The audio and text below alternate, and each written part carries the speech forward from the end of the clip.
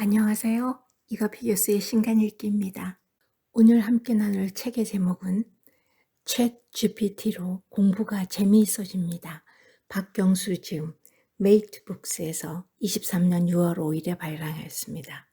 저자는 챗 GPT 프로 사용자로서 자녀들의 국어 영어 공부에도 챗 GPT를 활용해 홈스쿨링을 하고 있습니다. 여러 권의 책을 낸 가운데 청소년을 위한 책도 많이 있습니다. 10대를 위한 미래 사회 이야기, 테드로 세상을 읽다, 상위 1%로 가는 초등 노트 습관 같은 책이 눈에 띄입니다. 저자는 챗GPT를 공부에 활용할 때 어떤 장점이 있는지 말하는데요. 가장 큰 장점은 학습의 개인화가 가능해진다. 즉, 학생 개개인의 수준에 맞춰 학습을 돕기 때문에 효율적인 학습이 가능하고 맞춤형 교육이 가능하다. 둘째, 공부를 재미있게 할 수도 있다. 챗 GPT와 대화하며 공부하는 과정은 게임하는 느낌을 주기도 한다. 셋째, 챗 GPT에게 다양한 질문을 던지고 답변을 찾는 과정이 반복되기 때문에 이 과정은 적극적인 학습 태도를 만들어주고 따라서 학습 능력을 높여준다. 넷째, 학습 성과를 평가하는 데도 도움이 된다. 챗 GPT는 여러분들과의 대화 내용을 분석해서 학습 진도와 이해도를 측정할 수 있다. 마지막으로 언어 능력 향상에 도움이 된다.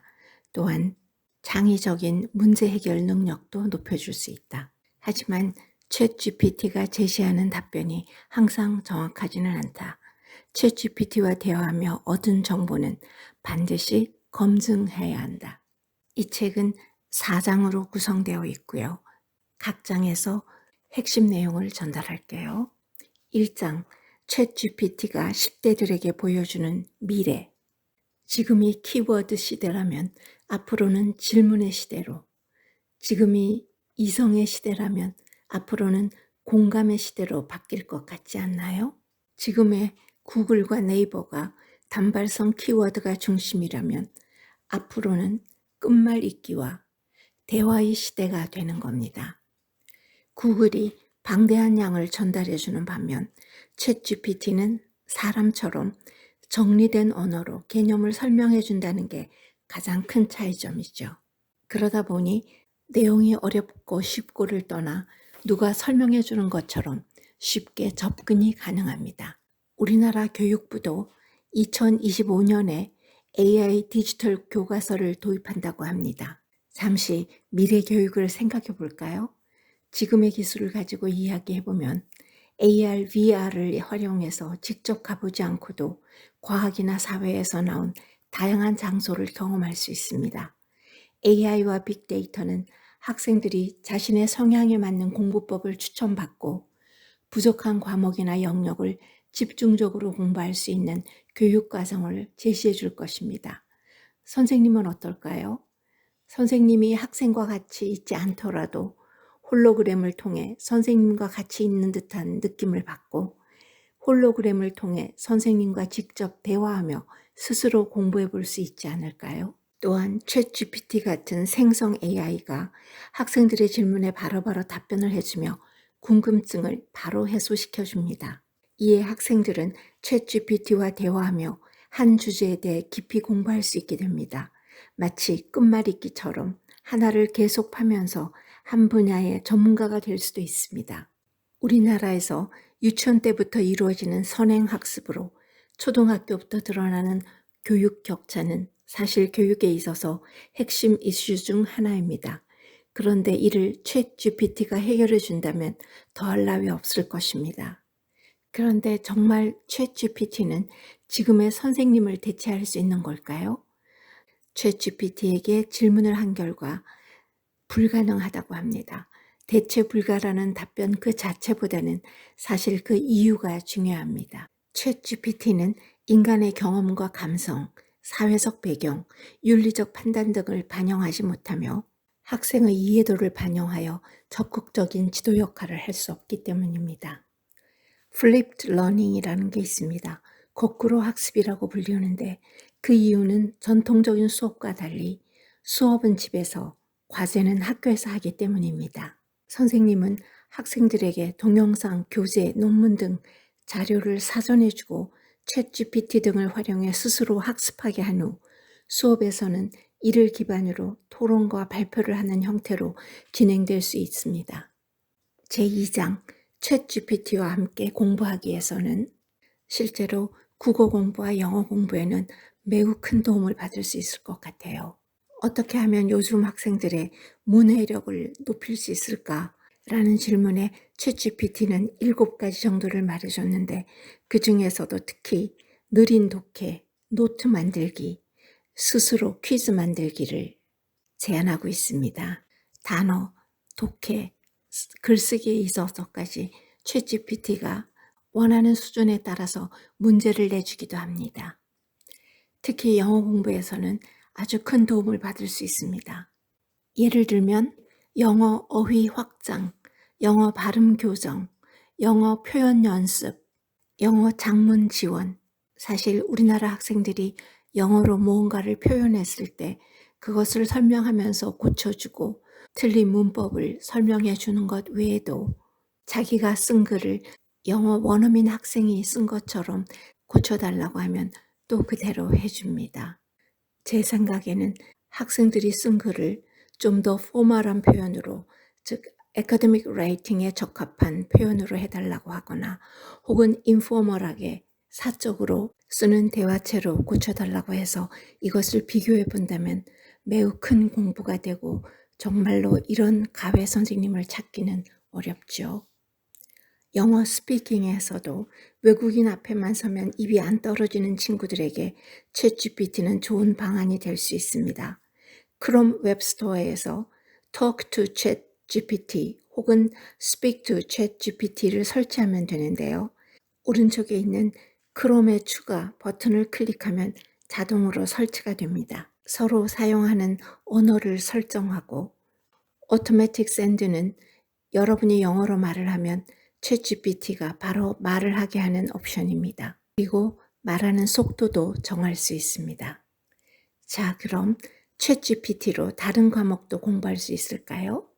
이 책에는 대학 수능시험 수학 문제를 한번 풀어보라고 했는데 챗GPT가 답이 틀렸네요. 또 한국사 문제도 답이 틀렸습니다.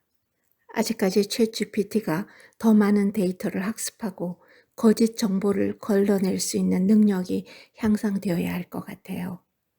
제3장 챗GPT로 사라지는 직업과 새로 생기는 직업을 보겠습니다. 저자가 챗GPT에게 질문했습니다. 의사, 검사, 회계사 등의 직업은 사라질까? 각각에 대해서 말해줘. 의사의 경우 의사와 환자 간의 신뢰라는 문제가 있어서 AI가 대체할 수 없다고 합니다. 검사는 법률의 의미를 파악하는 것 외에도 인간의 감정을 파악해야 한다고 합니다. 회계사 또한 인간의 전략적 판단과 결정이 중요하기 때문에 AI로 완전히 대체하기 어렵다고 대답했습니다. 그럼 챗GPT는 창의적인 작가가 될 수 있을까요? 그런데 MIT 명예교수인 언어학자 노엄 촘스키는 챗GPT는 첨단 기술 표절 시스템이라고 말했습니다. 그만큼 뛰어난 짜깁기 시스템에 불과하다는 것이죠. 여러분은 어떻게 생각하나요? 정말 우리가 흔히 이야기하는 빅데이터를 활용해 글을 쓰는 것이 짜깁기라고 생각하나요? 아니면 그것 또한 인간이 하기 어려운 작업 중 하나이기 때문에 충분히 가치 있다고 보나요? 그 질문에 대해 챗GPT는 이렇게 대답합니다. 인공지능이 생성한 문장에는 항상 인간의 판단이나 개입이 필요합니다. 따라서 챗GPT가 생성한 문장에 대해 완전히 의존하지 않고 적절한 판단과 수정을 거쳐 쓰는 것이 중요합니다. 챗GPT 때문에 새롭게 생기는 직업은 대표적으로 프롬프트 엔지니어입니다. 이 단어가 무척 생소하지요? 프롬프트는 지시 메시지로 간단히 말해 명령어를 뜻합니다. 프롬프트 엔지니어는 챗GPT 명령어를 연구하는 직업이라고 보면 됩니다. 이 책에는 AI 시대 유망 직업 10개를 선정해서 하나씩 살펴보고 있습니다. 학생들이 이 책을 본다면 참 좋겠는데요. 우선 그 직업만 말씀드리면 AI 윤리 전문가, 가상경험 디자이너, 로봇 지능 엔지니어, 유전자 편집 전문가, 블록체인 개발자, 3D 프린팅 엔지니어, 신경과학자, 로봇 윤리 전문가, 디지털 건강 전문가, 인공식물 디자이너가 나와 있습니다. 마지막 제4장, 챗 GPT 시대 10대에게 필요한 핵심 역량 5가지를 보겠습니다. 그중 첫째는 질문력입니다. 여러분이 질문을 잘 하려면 평소에 5가지를 실천해 보십시오. 호기심 갖기, 논리적 사고방식 갖기, 다양한 관점에서 문제 보기, 적극적으로 대화 참여하기, 그리고 존중과 배려입니다. 좋은 질문을 하려면 목적을 명확히 하고 구체적으로 질문하는 것이 기본입니다. 질문의 내용에 따라 적절한 문체를 사용한다면 더욱 좋겠지요. 두 번째 핵심 역량은 창의력입니다. 세 번째는 인문학적 소양입니다. 이 능력을 기르기 위한 가장 쉬운 방법은 독서입니다. 인문학에서는 문학, 역사, 철학, 예술 등의 다양한 분야의 지식을 다루기 때문입니다. 그 다음 방법으로는 문화활동 참여나 주변의 문제에 대한 관심과 고민, 그리고 다양한 경험의 축적, 마지막으로 비판적 사고입니다. 네 번째 핵심 역량은 문해력입니다. 글을 읽고 이해하고 그리고 잘 쓰는 연습이 필요합니다. 5번째 마지막 핵심 역량은 메타인지입니다.